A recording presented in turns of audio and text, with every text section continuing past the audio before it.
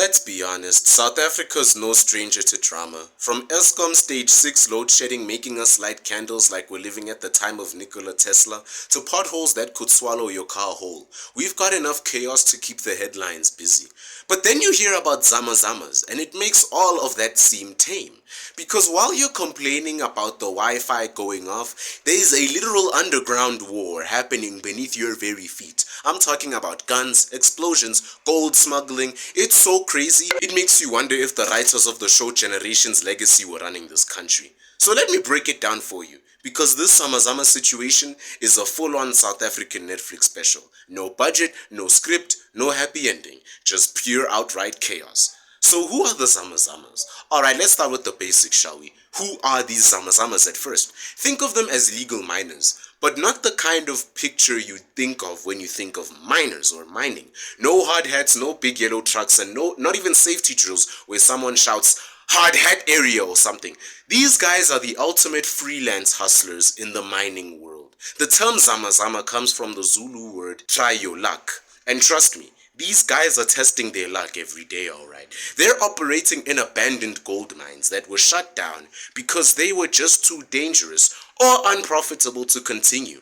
Mines that are so deep, so dark, and so unstable, you wouldn't catch me down there. Even if you promised me a lifetime Woolworths grocery, you wouldn't catch me down there. Even if you promised me free Woolworths groceries for life. Imagine this. You're crawling through a mine shaft that hasn't been maintained since Mandela was inaugurated. You're breathing in toxic gas, dodging collapsing tunnels, all while carrying dynamite in your backpack. Forget Formula 1 racing or skydiving. This is the ultimate extreme sport. Except these guys aren't doing it for fun. They're doing it to survive. So what exactly do Zama Zamas do? Let's talk about what they do step by step, like we're on carte blanche. These guys sneak into abandoned gold mines, dig out whatever gold is left there, and somehow then sell it in the black market. It sounds simple, doesn't it? Wrong! First of all, entering these mines is like walking into the wild, wild west. You've got rival gangs fighting over territories like they're auditioning for Gomorrah or South Africa's Got Talent. It's not just shovels and pickaxes. They've got AK-47s, machetes, and enough explosives to make you think you're living in an episode of MacGyver. And then there's the actual digging. You're working in pitch blackness, breathing air so toxic it could kill you faster than the meat at some dodgy township Chisanyama. The tunnels are barely big enough for you to crawl through, and every step you take could cause the whole thing to collapse. It's not mining. It's mining on hard mode. Once they've got the gold, it's smuggled out of the mine and into the hands of middlemen. From there, it disappears into the international black market. You think that gold chain your friend bought in Dubai is legit? Think again. There's a good chance it was dug up by a Zama Zama. And I'm not even joking, actually. This is actually true in the international black market. Why is this a problem? Let's talk about why Zama Zamas are such a massive issue. Because at first glance, it just sounds like a bunch of desperate guys trying to make a living. But oh no, my friend. It's so much deeper than that. Number one, and I'll give you the reasons for it. Number one is the violence and crime. Zama Zama operations are like gang wars with a mining theme. Rival groups fight over access to mines, and they don't mess around, buddy.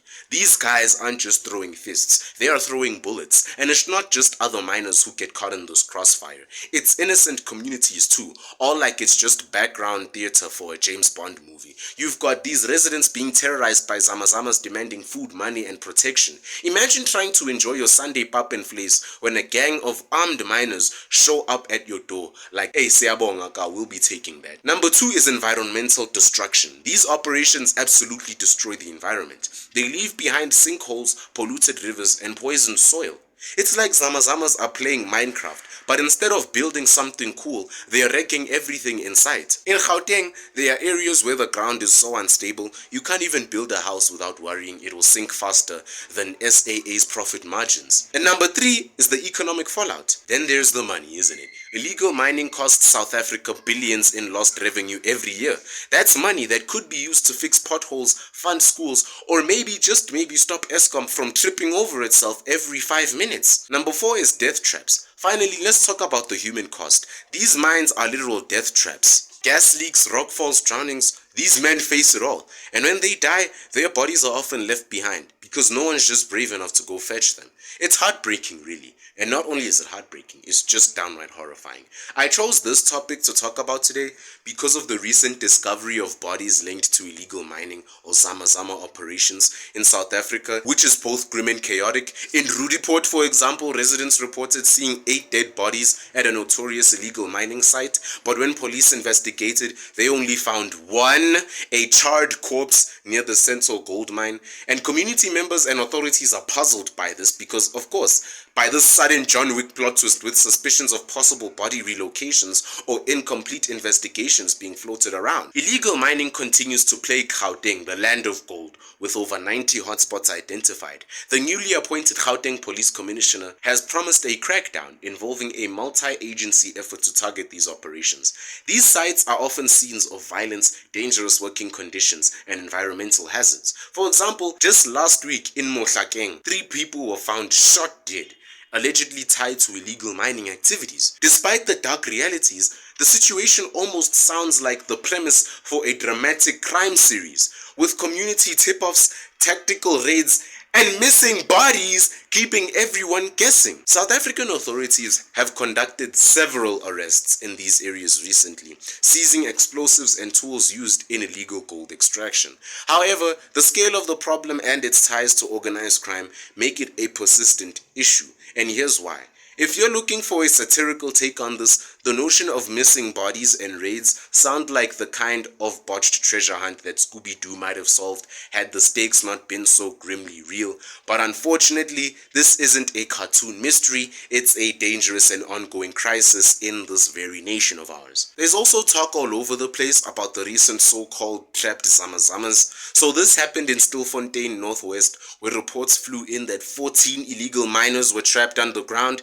Everyone imagined some tragic Goldfields version of Survivor. And here everyone imagined some tragic version of the show Survivor. But surprise, a few days later they popped out of the mine like popcorn, unharmed, only to walk straight into the hands of the hawks. It's like setting up a bribe for a surprise party, only for the cops to be the surprise guests. The Zama Zamas probably came out blinking in the sunlight like freedom at last, yo, thank goodness. And then they blink again and then they just see handcuffs. That moment must have been more awkward than trying to explain load shedding to tourists. It's like they dodged falling rocks and toxic fumes only to be defeated by paperwork. But let's be real here, this isn't just about humor. It reflects the insane risks Zama Zamas take in the chaos of underground operations.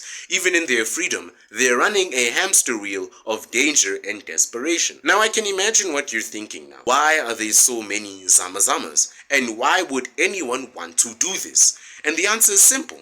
Desperation. South Africa has one of the highest unemployment rates in the world. In some communities, especially those near abandoned mines, unemployment is as high as 70%. Imagine trying to feed your family and kids when there's no jobs, no opportunities. Nothing! For many of these men, illegal mining isn't a choice, it's a last resort. It's either you risk your life in a collapsing mine or starve to death. You pick your death. And when you're that desperate, you don't think twice about the long-term consequences. You just think about surviving today, right now. Now let's talk about the web of corruption in this giant rabbit hole called Zama Zamas. Because here's where it gets spicy. The Zama Zama problem isn't just about desperate miners. It's part of a much bigger web of corruption that goes all the way to the top. And believe me when I say this, mining companies sell off their abandoned shafts without a second thought, knowing full well what's going to happen. Why, you ask? Well, police officers take bribes to look the other way. Border officials let smugglers pass through like they're at a toll gate. And let's not even get started on the government's role in all of this. It's like a pyramid scheme of corruption, with everyone getting their cut while the community is at the bottom of the barrel suffering. Now let's talk about the global connection, right? This giant web. It's not just a local problem. The gold smuggled out by Zama Zamas ends up in international markets, fueling a multi-billion-dollar illegal industry. Some of the biggest buyers are places like Dubai, China, and India. Didn't know that, huh? That's why you should watch me all the time. So the next time you see someone flexing their gold Rolex on Instagram, just remember, there is a chance that watch was mined in the darkness of a collapsing shaft by Zama Zama. And now let's talk about the human element in all of this, because we need to pause for a second and talk about the human side of these things. Because it's easy to look at a Zama Zama as a criminal or a villain, but the truth is, most of them are just ordinary men trying to survive in an extraordinary situation. These are fathers, brothers, and sons of people, men who've left their families behind to try and make a living, men who know they might not come back alive, but do it anyway because they don't have a choice. It's heartbreaking, especially when you think about it, because these men aren't just mining gold, they're mining hope. The Zama Zama situation is so crazy, it's like trying to bride during load shedding and running out of blitz, or opening a Coke can only to find out it's gone flat. And in case you're wondering why authorities would let something as deep-rooted as this slide, it's also simple. Trying to stop this is like driving in Gauteng without hitting a pothole. It's just not going to happen. These guys are so brazen, they make Eskom look organized. They are more committed than Blue Bulls fans at Loftus on a losing streak. They are tougher than the guy who runs out of meat at a Shisanyama but still tries to sell you chicken feet. So what's the solution? Honestly, it's like trying to fix a burst geyser during load shedding. It's really complicated. You can't just arrest the Zama Zamas because they'll be replaced faster than a stolen hubcap in Soweto. You can't just steal off the mines. You can't just seal off the mines because the syndicates will somehow find their ways back in. So what you need is a full-on system overhaul, economic reform, job creation, law enforcement that isn't corrupt, and international cooperation to crack down on gold smuggling. But let's get real, South Africa struggles to get through a single parliamentary debate without chairs flying. So the chances of them doing that, yeah, no. So the Zama Zama situation is really one of the craziest, most heartbreaking issues facing South Africa today. It's a story of desperation, corruption, and survival. It's a story that shows us the best and worst of humanity, really. But here's the thing, Zama Zamas are just the absolute tip of the iceberg, and their story is tied to so many layers of chaos that if we pull the thread, the whole sweater of South African dysfunction starts to unravel. So I want to take you down another rabbit hole for a second, the forgotten mining towns. Because these were once thriving hubs where people had jobs, the economy was booming, and the local spa didn't have shelves emptier than a politician's promises. But now, ghost towns. You see rows of houses that look like they are auditioning to be extras in The Last of Us or The Walking Dead or just some random indie zombie apocalypse movie. And in these towns where the mines have closed and the jobs have disappeared, what's left? Desperation. The kind of desperation that makes a man think crawling through a collapsing tunnel filled with toxic gas is a better option than staying at home. It's a tragic metaphor for the broader state of our economy. People literally digging their own graves just to put food on the table. At their own risk. It's not even guaranteed. They might not find gold at all. So let's talk about South Africa's Robin Hood complex and all of this. Because I want to tell you something about South Africans. We have this weird love-hate relationship with criminals. We'll lock our ears 10 times in Sandton, but we'll also laugh at the guy who steals electricity by hooking jumper cables to the streetlight. Zama Zamas, in a way, are seen as these modern-day Robin Hoods. They are stealing gold from the rich mines that abandoned them and selling the gold to survive. But the twist, they're not giving it to the poor. They're just trying not to die. So the truth is, no one wins in this story. The miners lose, the communities lose, the environment loses, and the country loses too as a whole. But the international buyers, oh, they're laughing all the way to the bank, sipping on their cocktails made with gold-plated ice cubes. Now let's dig deeper into this rabbit hole. Because while we're here, we might as well also just talk about how South Africa's borders are about as secure as a bakkie with a broken handbrake parked on a hill.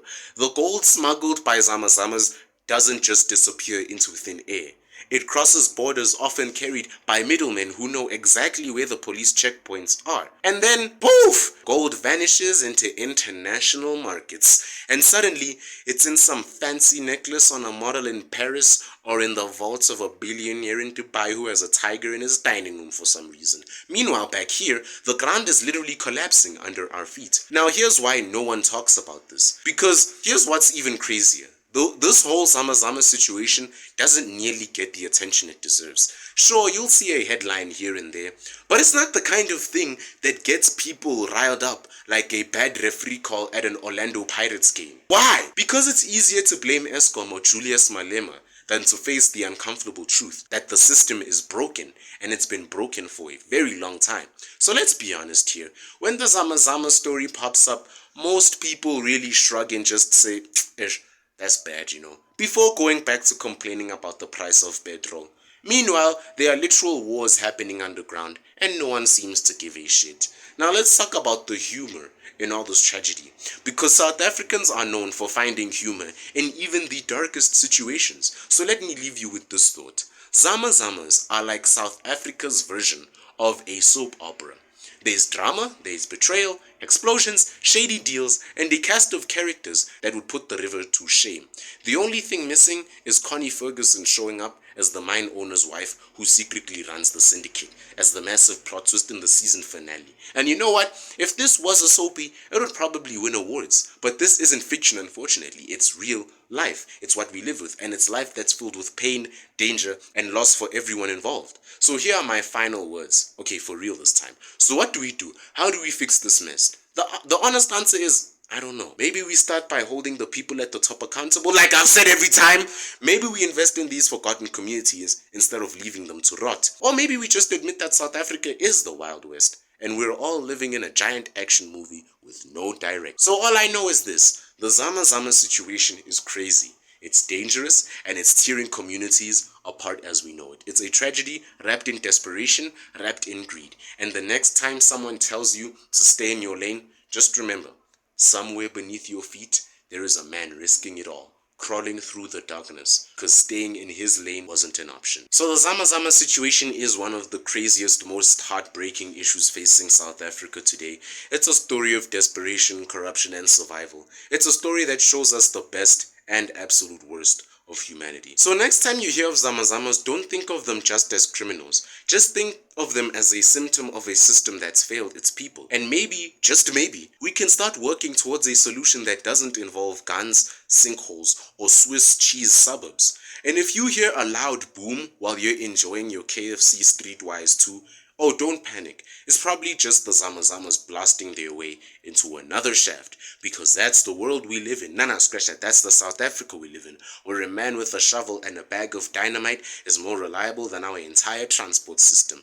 So let's just not talk about Zama Zamas like they're some distant problem. Let's talk about what they represent. The cracks in our society, evidence of the desperation of our people, and evidence of the madness of a system that's left so many behind. And let's hope, pray even, that someday we figure out how to climb out of this mine shaft we've dug ourselves into. That's about it. See ya.